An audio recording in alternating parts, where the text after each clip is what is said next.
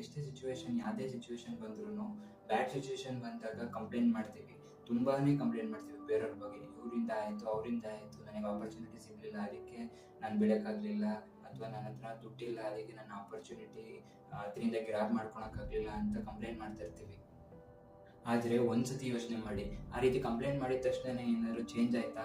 ನೀವೇನಾದರೂ ಕಂಪ್ಲೇಂಟ್ ಮಾಡಿದ ತಕ್ಷಣ ಏನು ಕಂಪ್ಲೇಂಟ್ ಮಾಡ್ತಿದ್ರು ಅದು ನಿಮಗೆ ಸಿಗ್ತಾ? ದುಡ್ಡಿಲ್ಲ ಅಂತ ಕಂಪ್ಲೇಂಟ್ ಮಾಡ್ತಿದ್ರೆ ದುಡ್ಡು ಸಿಗ್ತಾ? ಇಲ್ಲ ತಾನೇ. ಮತ್ತೆ ಯಾಕೆ ಕಂಪ್ಲೇಂಟ್ ಮಾಡ್ತೀರಾ? ನೀವು ಕಂಪ್ಲೇಂಟ್ ಮಾಡೋ ಬದಲು ಇದರಿಂದ ಹೇಗೆ ಹೊರಗೆ ಬರೋದು ಅಂತ ಯೋಚನೆ ಮಾಡಿ. ನಿಮ್ಮ ಹತ್ರ ಇರೋ ರಿಸೋರ್ಸಸ್ನ ಯೂಸ್ ಮಾಡಿಕೊಂಡು ಹೇಗೆ ಹೊರಗೆ ಬರೋದು ಅಂತ ನೀವು ಥಿಂಕ್ ಮಾಡಿದ್ರೆ ಇದರಿಂದ ಬೇಗ ಹೊರಗೆ ಬರ್ತೀರಾ. ಮತ್ತು ನಿಮಗೆ ಏನು ಬೇಕೋ ಅದು ನಿಮಗೆ ಸಿಕ್ಕೇ ಸಿಗುತ್ತೆ. ಬ್ರೋ, ನನ್ನ ಹತ್ರ ಏನಿಲ್ಲ, ದುಡ್ಡಿಲ್ಲ, ಅಥವಾ ನಾನು ಅಂದ್ಕೊಂಡಿರೋದು ಸಾಧಿಸೋಕ್ಕೆ ದುಡ್ಡು ಬೇಕು, ಹೇಗೆ ಅರ್ನ್ ಮಾಡೋದು, ಅಥವಾ ಏನು ಮಾಡೋದು, ನನ್ನ ಹತ್ರ ಈ ಥರ, ಅಥವಾ ಏನು ಮಾಡೋದು, ನನ್ನ ಹತ್ರ ಈ ಥರ ಫೆಸಿಲಿಟೀಸ್ ಇಲ್ಲ ಅಂತ ನೀವು ನನ್ನ ಹೇಳ್ಬೋದು. ನೀವು ಈ ವಿಡಿಯೋನ ಯಾವ್ದ್ರಲ್ಲಿ ನೋಡ್ತಿದ್ದೀರಾ? ಫೋನಲ್ಲಿ ತಾನೇ. ಫೋನ್ ಇದ್ದರೆ ಸಾಕು. ನಾನು ಕೂಡ ಈ ಫೋನಲ್ಲಿ ನೋಡಿಕೊಂಡೆ ಎಷ್ಟೋ ವಿಷಯಗಳನ್ನು ಕಲ್ತಿದ್ದೀನಿ, ಎಷ್ಟೋ ಬುಕ್ಗಳನ್ನು ಓದಿದ್ದೀನಿ.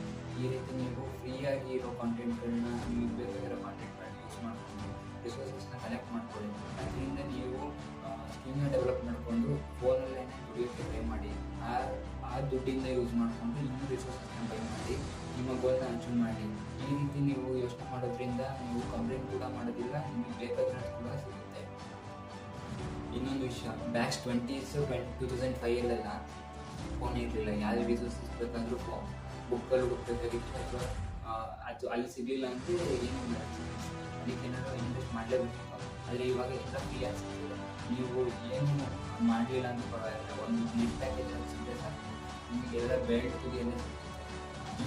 ನಿಮಗೇನು ಬೇಕೋ ಅದನ್ನೆಲ್ಲ ಒಂದು ನೋಟ್ ಮಾಡ್ಕೊಳ್ಳಿ, ಲಿಸ್ಟ್ ಮಾಡಿಕೊಂಡು ಅದ್ರ ಬಗ್ಗೆ ಟಾಪಿಕ್ಗಳನ್ನ ಸರ್ಚ್ ಮಾಡಿ ಓದಿ, ಕಲೀರಿ, ವೀಡಿಯೋಸ್ನ ನೋಡಿ, ಅದ್ರ ಬಗ್ಗೆ ತಿಳ್ಕೊಂಡು ಅವ್ರು ಹೇಳೋ ಪಾಯಿಂಟ್ಸ್ಗಳನ್ನ ಬರ್ಕೊಂಡು ಲೈಫಲ್ಲಿ ಇಂಪ್ಲಿಮೆಂಟ್ ಮಾಡಿ ಗ್ರೋ ಆಗಿ.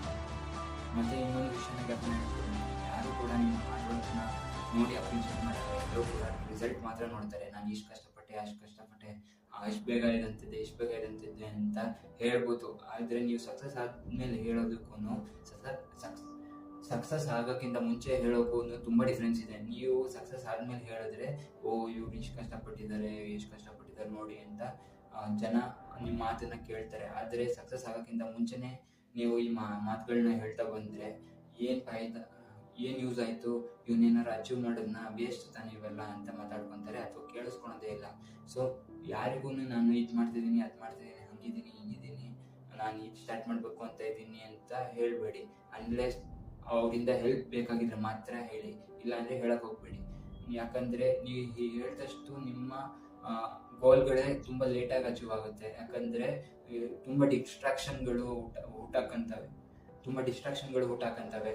ನೀವು ಹೇಳ್ತಾ ಹೋದಂತೆ ಹಿಂಗೆ ಮಾಡು ಮಗ ಅಂತ ತುಂಬ ಐಡಿಯಾಸ್ಗಳು ಕೊಡ್ತಾ ಹೋಗ್ತಾರೆ. ನೀವೇ ನಿಮ್ಮ ಸ್ವಂತವಾಗಿರೋ ಐಡಿಯಾಸ್ಗಳನ್ನ ಹುಟ್ಟಾಕೋಕ್ಕಾಗೋದಿಲ್ಲ. ಇದು ಸರಿ ಅದು ಸರಿ ಅಂತ ಯೋಚನೆ ಮಾಡೋದ್ರಲ್ಲೇ ಕಾಣಕೊಂಡು ಹೋಗುತ್ತೆ. ಮತ್ತು ಸುಮಾರು ಜನ ಇದು ಮಾಡಬೇಡ, ಇವ್ನು ಫೇಲ್ ಆಗಿದ್ದಾನೆ, ಅವ್ನು ಫೇಲ್ ಆಗಿದ್ದಾನೆ ಅಂತ ಹೇಳೋಕ್ಕೆ ಶುರು ಮಾಡ್ತಾರೆ. ಸೊ ನೀವು ಅಚೀವ್ ಮಾಡೋ ತನಕನೂ ಯಾರಿಗೂ ಹೇಳಬೇಡಿ. ಈಗ ನೀವು ಏನಾದ್ರು ವರ್ಕ್ ಶುರು ಮಾಡಿದ್ರೆ ಅದ್ರಲ್ಲಿ ಫೇಲ್ ಆದರೆ ಪರವಾಗಿಲ್ಲ, ಟೈಮ್ ಇದೆ. ನೀವು ರಿಸೋರ್ಸಸ್ನ ಯೂಸ್ ಮಾಡ್ಕೊಂಡ್ರಿ, ದುಡ್ಡು ಹಾಕಿಲ್ಲ ತಾನೇ, ಟೆನ್ಷನ್ ತಗೊಬೇಡಿ, ಟೈಮ್ ಇದೆ. ನೀವು ಆ ಟೈಮ್ನ ಸೋಷಿಯಲ್ ಮೀಡಿಯಾದಲ್ಲಿ ಕೊಡೋ ಬದಲು ಆ ಟೈಮ್ನ ಇದಕ್ಕೆ ಕೊಟ್ಟಿದ್ದೀರಾ, ಖುಷಿ ಪಡಿ.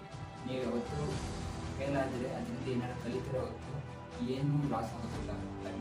ಫೇಲ್ ಆಗಿರೋದ್ರಲ್ಲಿ ಕಲಿತಿದ್ದೀರಲ್ಲ, ಅದನ್ನ ಯೂಸ್ ಮಾಡಿಕೊಂಡು ಇನ್ನೂ ಬೇರೆ ಗೋಲ್ನ ಕ್ರಿಯೇಟ್ ಮಾಡ್ಕೊಂಡು, ಅಥವಾ ಅದೇ ಗೋಲ್ನ ಒಂದು ಹೆಡ್ಡಾಗಿ ಯೂಸ್ ಮಾಡಿ ಆ ಫೇಲ್ಯೂರಲ್ಲಿ ಕಲಿತಿರೋದನ್ನ ಯೂಸ್ ಮಾಡಿಕೊಂಡು ಅಚೀವ್ ಮಾಡ್ಕೊಳ್ಳಿ. ಮತ್ತು ಎಲ್ಲರೂ ಸ್ಮಾರ್ಟ್ ವರ್ಕ್ ಮಾಡಬೇಕು, ಹಾರ್ಡ್ ವರ್ಕಿಂದ ಏನು ಆಗೋದಿಲ್ಲ. ಸ್ಮಾರ್ಟ್ ವರ್ಕ್ ಮಾಡಬೇಕು ಅಂತಾರೆ. ಸ್ಮಾರ್ಟ್ ವರ್ಕು ಕೂಡ ಬರೋದು ಹಾರ್ಡ್ ವರ್ಕಿಂದನೇ. ನಿಮ್ಗೆ ಏನಾದರೂ ನಾಲೆಜ್ ಇದ್ದರೆ ನೀವು ಆ ನಾಲೆಜ್ನ ಯೂಸ್ ಮಾಡಿಕೊಂಡು ಎಷ್ಟು ಈಸಿಯಾಗಿ ಕಲಿಬೋದು ಅಂತ ಥಿಂಕ್ ಮಾಡಿ ಎಲ್ಲೆಲ್ಲೋ ರಿಸರ್ಚ್ ಮಾಡ್ತೀರಾ. ನಿಮ್ಗೆ ಏನು ಅದ್ರ ಬಗ್ಗೆ ಗೊತ್ತಾಗಿಲ್ಲ ಅಂದರೆ ಹೇಗೆ ರಿಸರ್ಚ್ ಮಾಡಿ ಸ್ಮಾರ್ಟ್ ವರ್ಕ್ ಮಾಡ್ತೀರಾ? ಫಾರ್ ಎಕ್ಸಾಂಪಲ್, ನಿಮಗೆ ಎಕ್ಸಾಮಿಗೆ ಈ ಕ್ವಶನ್ಸ್ಗಳು ಬರೋಕ್ಕೆ ಅಂತ ಗೊತ್ತು, ನೀವು ಸ್ಮಾರ್ಟ್ ವರ್ಕ್ ಮಾಡ್ಬೋದು. ಅಂದರೆ ಕ್ವಶನ್ ಪೇಪರ್ನ ಹಿಡ್ಕೊಂಡು ಯಾವ ಕ್ವಶನ್ ರಿಪೀಟ್ ಆಗಿದೆ ಅದು ಫಸ್ಟ್ ಮುಗಿಸ್ಕೊಂಡು, ಆಮೇಲೆ ಯಾವ ಕ್ವಶನ್ ರಿಪೀಟ್ ಆಗಿದೆ ಅದನ್ನು ಸ್ವಲ್ಪ ಲೀನಿಯಾಗಿ ಓದ್ಕೊಂಡು ಎಕ್ಸಾಮಿಗೆ ಪ್ರಿಪೇರ್ ಆಗ್ಬೋದು. ಆವಾಗ ನಿಮ್ಮ ಸಬ್ಜೆಕ್ಟು ಕೂಡ ಬೇಗ ಕವರ್ ಆಗುತ್ತೆ, ನೀವು ಟಾಪ್ ಕೂಡ ಮಾಡ್ತೀರಾ. ಅದನ್ನೆಲ್ಲ ಮಾಡೋಕ್ಕಿಂತ ಮುಂಚೆ ನಿಮಗೆ ಯಾವ ಟಾಪಿಕ್ ಅಂತ ಗೊತ್ತಾಗಬೇಕಂದ್ರೆ ನೀವು ಓದಬೇಕು ಅಂದರೆ ಹಾರ್ಡ್ ವರ್ಕ್ ಮಾಡಿ. ಸ್ಮಾರ್ಟ್ ವರ್ಕ್ಗಿಂತ ಫಸ್ಟು ಹಾರ್ಡ್ ವರ್ಕ್ ಮಾಡಿ, ಆಮೇಲೆ ಅದರಿಂದ ಸ್ಮಾರ್ಟ್ ವರ್ಕ್ ತಾನಾಗೆ ಉಟ್ಕೊಳುತ್ತೆ. ಸೊ ನಾನು ಸಿಗ್ತೀನಿ ಮುಂದಿನ ವಿಡಿಯೋದಲ್ಲಿ. ಅಲ್ಲಿ ತನಕ keep watching and please subscribe to my channel.